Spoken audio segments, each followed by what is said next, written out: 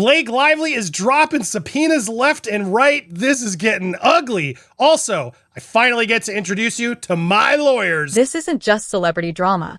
It's a constitutional stress test. As subpoenas begin to quietly disappear from court dockets, questions mount about abuse of process, legal overreach, and the broader implications for free speech in the digital age. Blake Lively's legal team has launched an unprecedented subpoena campaign targeting content creators and journalists across multiple jurisdictions.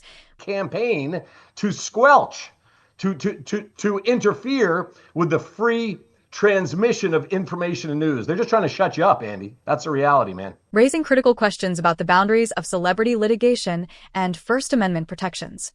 The scope and coordination of these legal actions suggest the judge has put deadlines on discovery, including all the third-party discovery, which you're included in. That's a strategic effort that extends far beyond traditional discovery practices, potentially setting dangerous precedents for press freedom in the digital age. The controversy centers around Popcorn Planet host Andy Signore and dozens of other content creators who have found themselves caught in the crosshairs of what legal experts are characterizing as an aggressive litigation strategy.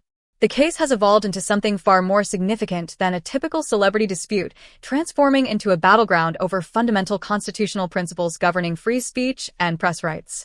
What makes this situation particularly concerning is the systematic nature of the subpoena campaign. Legal representatives for the affected parties report that Lively's team has deployed multiple law firms, with dedicated legal teams assigned to each individual subpoena recipient. This level of coordination and resource allocation suggests a deliberate strategy designed to overwhelm targets through sheer legal volume rather than pursue legitimate discovery objectives. The legal battle stems from Lively's ongoing litigation, where her attorneys have issued subpoenas to approximately 16 content creators and news outlets who have provided commentary on her public controversies. These subpoenas demand extensive communications, source materials, and other information that legal experts argue falls squarely within journalistic privilege protections. The subpoenas were initially filed in the Southern District of New York, but compliance requirements have forced recipients to respond in their local federal districts. This jurisdictional complexity adds another layer of burden on the targeted individuals, many of whom lack the resources to mount comprehensive legal defenses in multiple venues simultaneously. Federal Rule 45 of Civil Procedure, which governs third-party subpoenas, requires that attorneys first attempt to obtain requested information from actual parties to the litigation before burdening non-parties.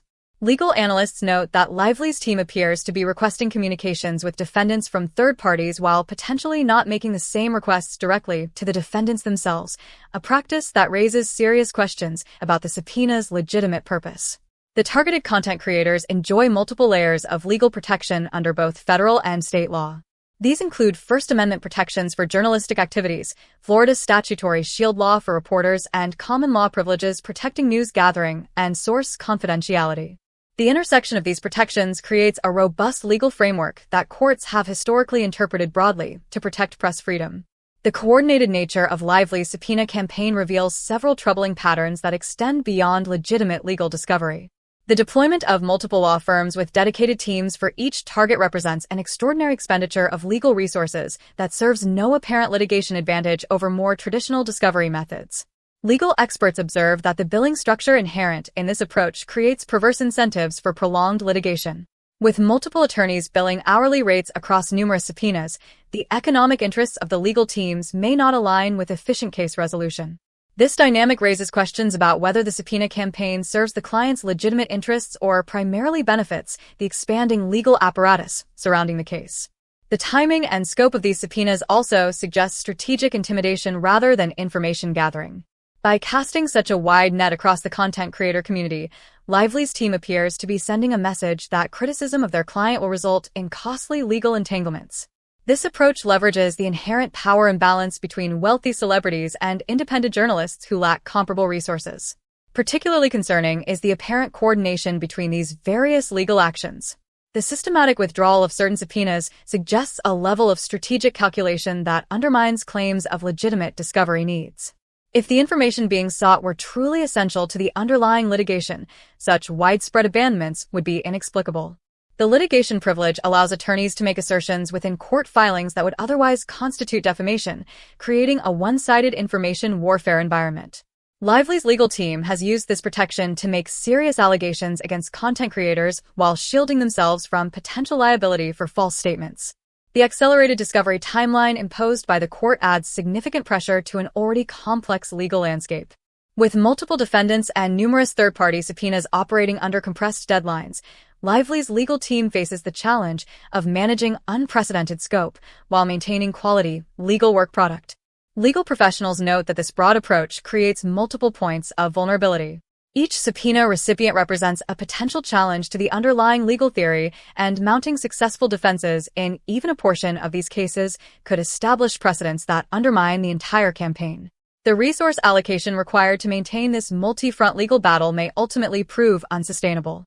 While Lively and her representatives possess significant financial resources, the coordination costs and potential for adverse rulings create mounting risks that could outweigh any strategic advantages. The jurisdictional complexity adds another layer of legal vulnerability.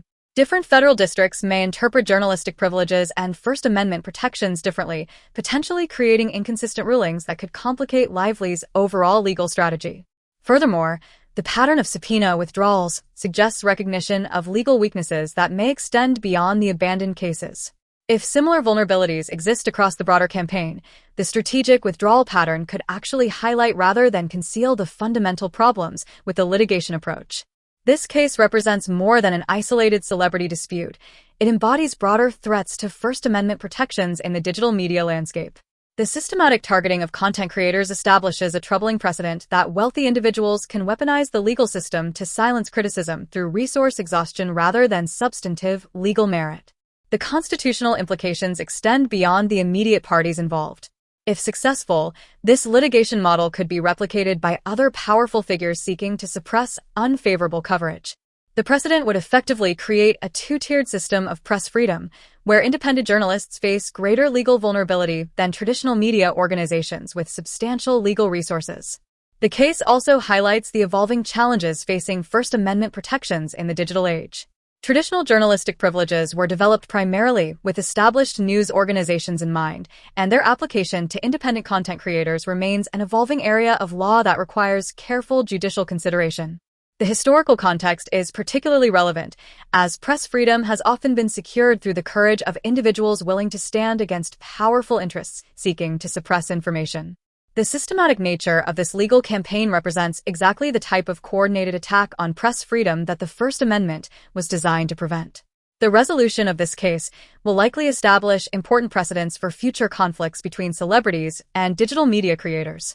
A successful defense of journalistic privileges could strengthen protections for independent content creators, while capitulation to the subpoena campaign could encourage similar tactics from other powerful figures. The case also tests the practical limits of legal system abuse. Courts have broad discretion to sanction frivolous or harassing litigation, and the pattern emerging in this case may prompt judicial intervention to protect the integrity of the discovery process. The broader implications for celebrity accountability journalism are profound. If wealthy individuals can effectively silence criticism through coordinated legal campaigns, the public's access to information about powerful figures could be significantly curtailed, undermining democratic accountability mechanisms. The precedent established here will likely influence how courts balance celebrity privacy interests against press freedom in future cases, making the outcome critically important for the broader media landscape. Blake Lively's subpoena campaign represents a critical test of First Amendment protections in the digital media era. The systematic nature of the legal actions, combined with a coordinated resource deployment and strategic withdrawals, suggests an effort to weaponize the legal system against press freedom rather than pursue legitimate discovery objectives. The outcome of this case will reverberate far beyond the immediate parties involved, potentially establishing precedents that either strengthen or weaken protections for independent journalism in the face of coordinated legal intimidation campaigns.